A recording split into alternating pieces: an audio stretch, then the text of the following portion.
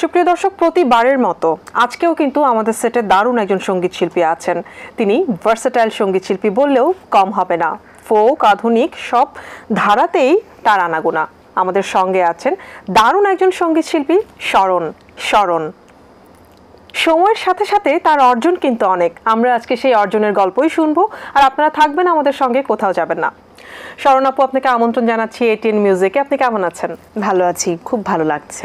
আমারও খুব ভালো লাগছে আপনাকে পেয়ে। একটু আসি, আমাদের কিন্তু অফ স্ক্রিনে কথা হচ্ছিল সম্প্রতি সময়ে অনেকগুলো কাজ নিয়ে আপনি ব্যস্ত, কারণ সামনে ঈদ, দর্শকদেরকে নতুন কিছু দিতে হবে। জানতে চাই আপনার কাছ থেকে কি কি কাজ চলছে? ঈদের গানের কাজ তো চলছে, মিউজিক ভিডিওর কয়েকটা কথা চলছে, আর তার সাথে আমরা সবাই জানি যে মার্চ মাসটা কিন্তু, রমজান মাসটা মার্চ মাসেই কিন্তু পড়ে যাচ্ছে। সো জাতীয় দিবসেরও বেশ কিছু কাজ, প্লাস 21শে ফেব্রুয়ারি আমাদের ভাষা দিবস নিয়েও বেশ কিছু কাজ নিয়ে ব্যস্ত আছি। সেই ছোটবেলা থেকে কাজ করছেন, ইন্ডাস্ট্রিতেও কাজ করেছেন, কিন্তু 2008 সাল থেকে কিন্তু ব্যাপকভাবে আপনার পরিচিতি একটি রিয়েলিটি শোর মাধ্যমে আপনি ইন্ডাস্ট্রিতে আপনার পরিচয় করিয়ে দিয়েছেন। এখনও ইন্ডাস্ট্রিতে আছেন, সবাই আপনাকে চিনছে, এখনও আপনার নামটা মনে রেখেছে। এই বিষয়টা কিন্তু খুব চ্যালেঞ্জিং। এই মুহূর্তে আপনি আপনার জায়গা থেকে কি কি চ্যালেঞ্জ ফেস করছেন? প্রচণ্ড রকমের চ্যালেঞ্জিং আসলেই, কারণ এত বেশি কম্পিটিটিভ হয়ে যাচ্ছে ডে বাই ডে। আমরা not only music sector, each and every sector is getting so much harder, so much competitive. তো এখানে টিকে থাকতে গেলে সব থেকে বড় জিনিস হচ্ছে কোয়ালিফিকেশন, যোগ্যতা। এর চেয়ে উপরে আর কোনো কথা নেই। এবং সব রকমের চ্যালেঞ্জ, সেটা যাই হোক না কেন, সেটা ফেস করার জন্য কোয়ালিফিকেশন এবং নিজের পরিশ্রম, অধ্যবসায়, এগুলোর কোনো মানে আপনি বিকল্প তো পাবেনই না, এবং অন্য কোনো শর্টকাট কোনো ওয়েও নাই। আচ্ছা, আপনি কিন্তু বলছিলেন যে যোগ্যতার যে বিষয়টা, যোগ্যতা কম বেশি সবার থাকে, কিন্তু সেটা ধরে রাখা অনেক কষ্টদায়ক। আপনার জায়গা থেকে যোগ্যতা ধরে রাখার জন্য আপনি কি কি করেন বা কি কি করছেন? সবার আগে ভালো মানুষ হতে হবে, এটার কিন্তু কোনো বিকল্প নেই। এবং হয় না যে বিপথে চলে যাচ্ছে আমাদের যুব সমাজ, এখনকার দিনের যারা একদম তরুণ ছেলে মেয়ে, তারা কিন্তু অনেক সময় দেখা যাচ্ছে অসৎ কিছু মানুষের সাথে মিশে বা ভুল ডিরেকশন দিচ্ছে, এমন কিছু মানুষের সাথে বন্ধুত্ব করে বা তাদের সান্নিধ্যে এসে ভুল পথে চালিত হচ্ছে। সত্যি তাই। হ্যাঁ, তো এই দিকে আমাদের সবাইকে নজর রাখতে হবে। প্রত্যেকটা, এটা শুধুমাত্র আমি যুবক বা তরুণদেরকে আমি বলবো না, অনেক বয়স হয়ে গিয়ে, অনেক বয়প্রাপ্ত হওয়ার পরেও কিন্তু মানুষ বিপথে হতে পারে। তো আমাদের গানের জন্য নট অনলি মিউজিক, মানে প্রত্যেকটা সময় আমাদেরকে মনে রাখতে হবে, আমরা যে বয়সেই যাই না কেন, কোনো রকমের ঝামেলা বা বিপথে যাওয়া এইসব থেকে একটু নিজেকে বিরত রাখতে হবে। হ্যাঁ, কারণ গানের জন্য আমি যতটুকু মানে আমি তো খুব ছোট একজন মানুষ এবং ইন্ডাস্ট্রিতে খুব কম সময়ে কাজ করছি। এই কাজ করার ডিউরেশনের মধ্যে এই একটা জিনিস আমি একদম খুব ভালোভাবে আমি রিয়েলাইজ করতে পেরেছি যে নিজেকে ভালো মানুষ হতে হবে এবং কোনো রকমের অপসংস্কৃতি বা অপকর্মে নিজেকে জড়িয়ে ফেলা যাবে না। নিজেকে একদম শুদ্ধ রেখে কাজ করতে হবে। আর হয় না যে আমরা মিউজিক ইন্ডাস্ট্রিতে কাজ করছি, অনেক সময় অনেক খারাপ কিছু বা অনেক নেগেটিভিটি, কিন্তু আমরা সেই পথে যাচ্ছি না, বাট আমাদেরকে টাচ করার চেষ্টা করছে, আমাদেরকে টাচ করার নেগেটিভিটি আমাদেরকে কিন্তু বারবার সব সময় ধরে রাখতে চায়, অ্যাটাক করার চেষ্টা করছে, অ্যাট্রাক্ট করার চেষ্টা করছে। তো সব সময় নিজেকে সেই সমস্ত বিষয়ে কেয়ারফুল হতে হবে এবং এর কোনো বিকল্প নেই। বা আপনি খুব দারুণ কথা বলেছেন। একটা কথা একটু আসতে চাই, আপনি বলছিলেন যে আপনার খুব অল্প সময় ইন্ডাস্ট্রিতে, যেখানে আপনি 2008 থেকে 2025 পর্যন্ত ইন্ডাস্ট্রিতে টিকে আছেন এবং দর্শকরা আপনাকে এখনো চিনছে, আপনাকে মনে রেখেছে। সেখানে অনেক নতুন যারা 2 বছর 3 বছর 4 বছর ধরে কাজ করছে, তারা কিন্তু নিজেদেরকে অনেক সিনিয়র বলে পরিচয় করিয়ে দিতে চায় দর্শকদেরকে। এই বিষয়টা আসলে আপনার কি মত? সঙ্গীত সাধনা কিন্তু বরাবরই একটা কঠিন সাধনা। এখানে সিনিয়র বলতে কোনো শব্দ কখনোই উচ্চারণ করা যাবেই না। আমাদের যারা লেজেন্ড আর্টিস্ট, তারাও কিন্তু কখনোই বলেন না আমি সিনিয়র হয়ে গিয়েছি, এবং তারা কখনোই বলেন না যে আমি লেজেন্ড হয়ে গিয়েছি। তারা কিন্তু সবসময় বলেন আমি একটু গান বাজনা করি, আমি একটু জানি, এই একটু মানে শিল্পী হওয়ার চেষ্টা করি। আমি শিল্পী না, কিন্তু হওয়ার আমি চেষ্টা করি। এই বিনয়টা এবং এই মাইন্ডসেট আপটা সবসময় মনের মধ্যে রাখতে হবে। আমি যত বছরই কাজ করি না কেন, সেটাকে মনে হবে যে আমি সেদিনই কাজ করতে শুরু করেছি। বিনয় ছাড়া কখনোই কিন্তু সুর কখনো ভেতরে লালিত হয় না যার ভেতরে এই বিনয়টা নেই। নিজেকে সিনিয়র হিসেবে দাবি করা যাবেই না। এবং মাঝে মাঝে এরকমটা মনে হয় যে আমি তো একদম মানে একটা নিউবর্ন বেবির মতন এই মিউজিক ইন্ডাস্ট্রিতে, আর অনেক কিছু জানা আমার বাকি আছে। সত্যি তাই, মিউজিকের তো আসলে সমুদ্রের মতো, যতই জানবো ততই বেশি কম হয়ে যায়। বাহ, একদম দারুণ। সেই 2008 সালে একটি রিয়েলিটি শোর মাধ্যমে দর্শকদের কাছে নিজেকে পরিচয় করিয়ে দিয়েছেন। ঠিক মনে আছে কোন গানটি দিয়ে সেই যাত্রাটা শুরু হয়েছিল? আমার যাত্রা শুরু হয়েছিল রংপুর অঞ্চলের বিখ্যাত ভাওয়াইয়া গান ও কি গাড়িয়াল ভাই, এই গানটা দিয়ে। হ্যাঁ, মানে একদম সিলেকশন রাউন্ড থেকে এই গানটা গেয়ে তারপরে যে গানগুলো হয়েছিল এটা তো অবশ্যই মেমোরেবল। খুব অল্প সময়ে কিন্তু 2010-এ একটি সিনেমাতে প্রথম আপনি গান করেছেন, একটা শিল্পীর সর্বোচ্চ চাওয়া। সেই গানটি কি একটু মনে আছে? হ্যাঁ, মনে আছে, তাহলে আমরা অবশ্যই মনে আছে। আচ্ছা, আমি একটু বলে নেই, এই গানটা ছিল দি স্পিড মুভির গান, চিত্রনায়ক অনন্ত জলিল অভিনয় করেছেন। আর গানটি মানে আমি এত বেশি লাকি যে আমার ফার্স্ট প্লেব্যাক, আর গানটা আমি গেয়েছি শ্রদ্ধেয় কণ্ঠশিল্পী বাংলাদেশের প্লেব্যাক সম্রাট ইন্দ্র কিশোর এবং শ্রদ্ধেয় কণ্ঠশিল্পী সামিনা চৌধুরীর সাথে। এবং আমার মনে আছে আমি একদম ছোট ছিলাম, আমার ভয়েসটা গিয়েছিল, এখন তো চিত্রনায়িকা হয়ে গিয়েছেন, কিন্তু তখন তিনিও শিশু শিল্পী ছিলেন দিঘির কণ্ঠে। দারুণ, অবশ্যই আমি সেই গানটি গাইছি। গানটি লিখেছেন গীতিকবি কবির বকুল এবং সুর সঙ্গীত পরিচালনা করেছেন শওকত আলী ইমন, আমাদের লেজেন্ডারি এবং গুণী সব লোকজন। অবশ্যই শুনবো। গুনগুন পাখিরা আকাশে কানে কানে বলে গেল শোনো না, মৌ মৌ ফুলেরা বাতাসে গানে গানে বলে গেল শোনো না, আমাদের বাঁধন যাবে না কভু ছিঁড়ে যাবে না, আমাদের বাঁধন যাবে না কভু ছিঁড়ে যাবে না। এই তো জীবনের গল্প শুরু, ভালোবাসা রঙে রঙে আঁকবো, তাই তো ছোট ছোট স্বপ্ন সাজিয়ে একই সাথে মিলে মিশে থাকবো। এত আশা ভালোবাসা আমি রাখবো কোথায় জানি না, আমাদের বাঁধন যাবে না কভু ছিঁড়ে যাবে না।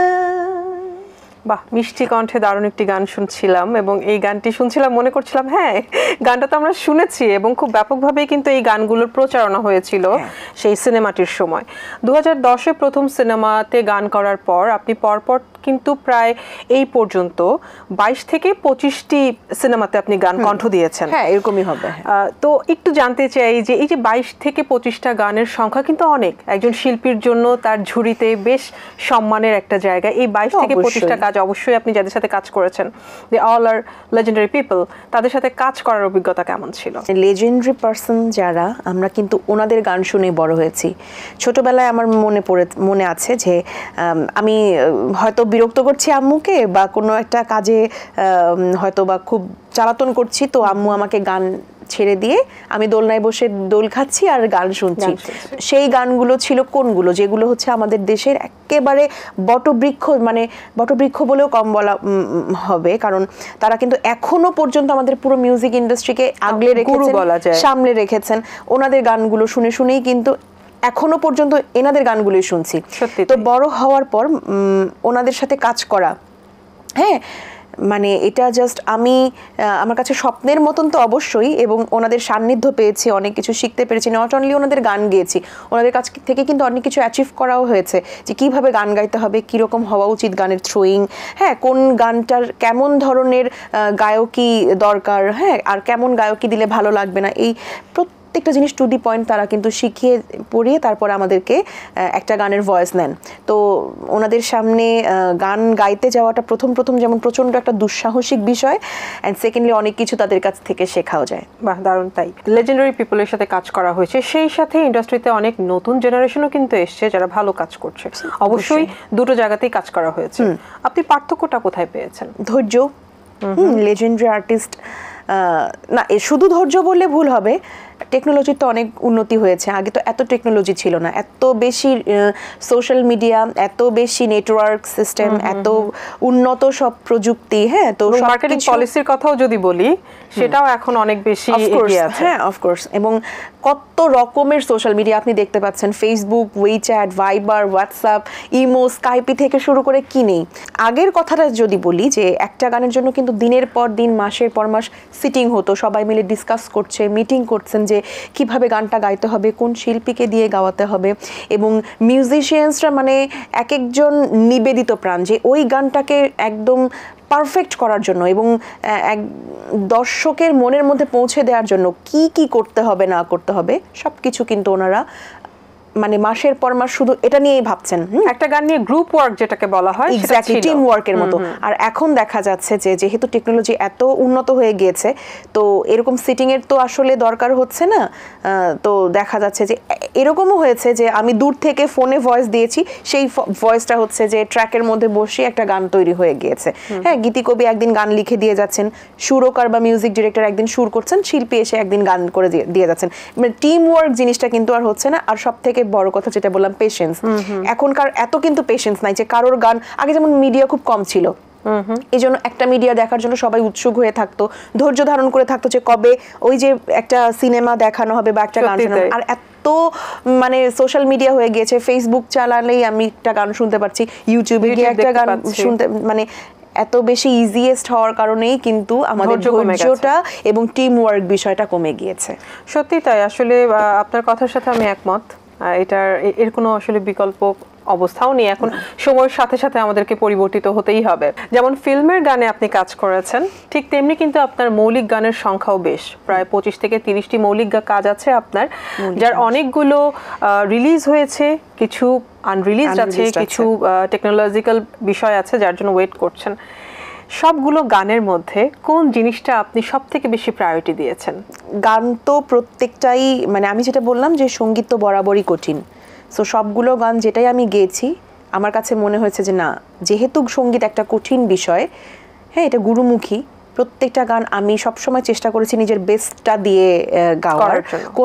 কোনো গানের থেকে ছোট করে দেখা, খাটো করে দেখা, বা এটা তো একটা ইজি গান আমি যাবো আর গেয়ে দিব চলে আসবো, বা এটা তো অনেক কঠিন গান, অনেক প্র্যাকটিস করতে হবে, নট দ্যাট। আমি প্রত্যেকটা গানই আমার কাছে মানে মনে হয়েছে যে না, আমার কণ্ঠ থেকে যখন ডেলিভারি হবে সবাই কিন্তু গানটা শুনবে। সো প্রত্যেকটা গানের সময় যে মানে সতর্কতাটা, আমি একটা গানে যদি সতর্ক হয়ে থাকি তো সবগুলা গানের মানে গাওয়ার বিষয়ে আমি সবসময় সচেতন ছিলাম। মানে নিজের গানগুলো নিয়ে আপনি কনসিয়াস ছিলেন। অবশ্যই। এখন কিন্তু দর্শকরা গান শুধু শুনছে না, গান এখন দেখছে। এখন দর্শক শ্রোতাদেরকে গান দেখানোর জন্য একজন শিল্পীকে কিন্তু আরো বেশি কনসিয়াস থাকতে হয়। মিউজিক ভিডিওর ক্ষেত্রে আপনার গানগুলো নিয়ে আপনি কিভাবে কনসিয়াস ছিলেন বা কোন বিষয়গুলোর উপর খুব বেশি জোর দিয়েছেন? আসলে মিউজিক ভিডিও জিনিসটার কারণে আমাদের গান থেকে কনসেন্ট্রেশনটা চলে যাচ্ছে, আমরা শুধু গ্ল্যামারের উপর কনসেন্ট্রেশনটা দিচ্ছি, রাইট?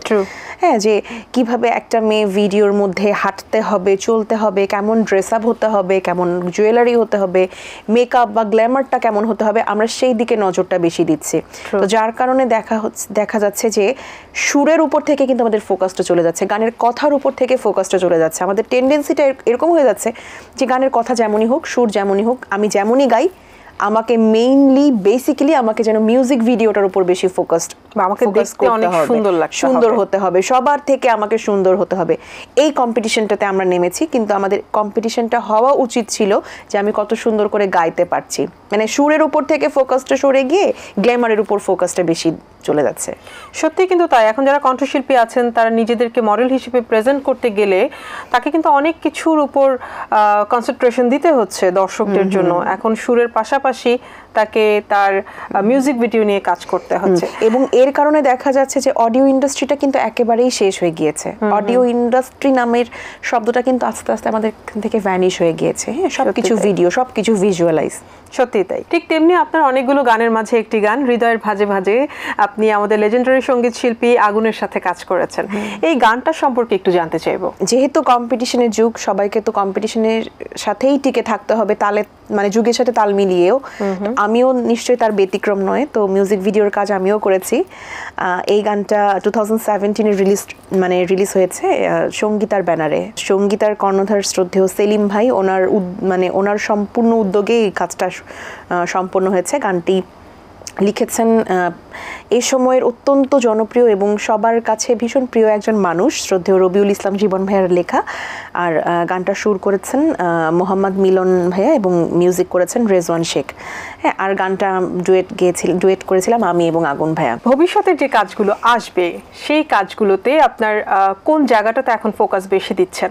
আমার ফোকাস বলতে কি, যে আমি গানটা আগে ভালোভাবে গাইতে চাই। হ্যাঁ, মিউজিক ভিডিও অবশ্যই করব, যেটা আমি একটু আগেও বলছিলাম যে যুগের সাথে তাল মিলিয়ে টিকে থাকতেই হবে। হ্যাঁ, তো হ্যাঁ, মিউজিক ভিডিও সহই গান নিয়ে আসছি অতি শীঘ্রই। বেশ কয়েকটা গানের কাজ হয়েছে এর মধ্যে, এবং সেগুলো কিন্তু অলরেডি রিলিজড হয়েছে মিউজিক ভিডিও সহ। তো আরও কিছু গানের কাজ চলছে, সেগুলো খুব শীঘ্রই ঈদে বা ঈদের পরেও রিলিজ হতে পারে, হ্যাঁ, মিউজিক ভিডিও সহ। আশা করছি যে সেগুলো ভালো লাগবে সবার কাছে। ইনশাআল্লাহ, অবশ্যই। বাহ, দারুণ কিছু বিষয় নিয়ে কথা হলো, অনেক কিছু জানতে পারলাম, অনেক কিছু দর্শকরা জানতে পারলেন। তো এই গল্প গানে আমাদের সময় শেষ, আমাদেরকে যেতে হবে। যাবার আগে এটিএন বাংলার দর্শক এবং আপনার যারা ফ্যান ফলোয়ার্স আছেন তাদেরকে কি বলে যাবেন? মানে ওনাদের কারণেই, এই যে ফ্যান ফলোয়ার্স দর্শক, ওনাদের কারণেই কিন্তু আজকের আমার এই পজিশন, এবং ভবিষ্যতে আমার যে পজিশন তৈরি হবে সেটা হোক প্রমোশন বা হোক ডিমোশন, সেটাও কিন্তু ওনাদের মাধ্যমেই তৈরি হবে। তো আমি এই জন্য সবার কাছে রিকোয়েস্ট করব, যেভাবে পাশে আছেন আমার, সেভাবেই আমার পাশে থাকুন। আর অবশ্যই রুচিশীল সুন্দর পরিমার্জিত গানের সাথে থাকুন, যেই গানগুলো আমাদের মিউজিক ইন্ডাস্ট্রিকে সম্মানজনকভাবে এবং পজিটিভলি ইন্টারন্যাশনালি মানুষের কাছে তুলে ধরবে। আর সবসময় সবাই ভালো থাকুন, সুস্থ থাকুন, সবসময় সুন্দর থাকুন। অনেক ধন্যবাদ এত সুন্দর কিছু সময় আমাদেরকে দেওয়ার জন্য। আগামীতে আবারও আপনার সাথে আমাদের দেখা হবে। যেহেতু সময় শেষ, আমি আমার দর্শকদের কাছ থেকে বিদায় নিব, কিন্তু আয়োজন শেষ করবো আপনার একটি গান শুনে।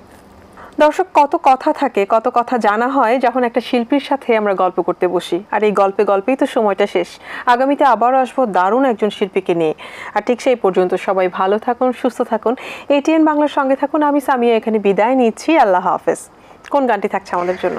আমি গাইছি আমার একদম ফার্স্ট অ্যালবামের গান।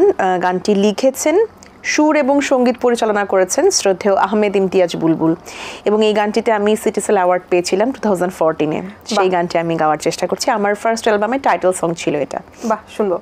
কাছে আসতে মানা, দূরে যেতেও মানা, এ কেমন ভালোবাসা তুমি দিলে, আমি জীবন দিলাম তুমি মরণ চেয়ে নিলে,